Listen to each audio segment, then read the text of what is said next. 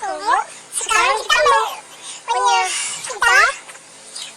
kita sekarang mau mendengarkan suara AC mobil, ya.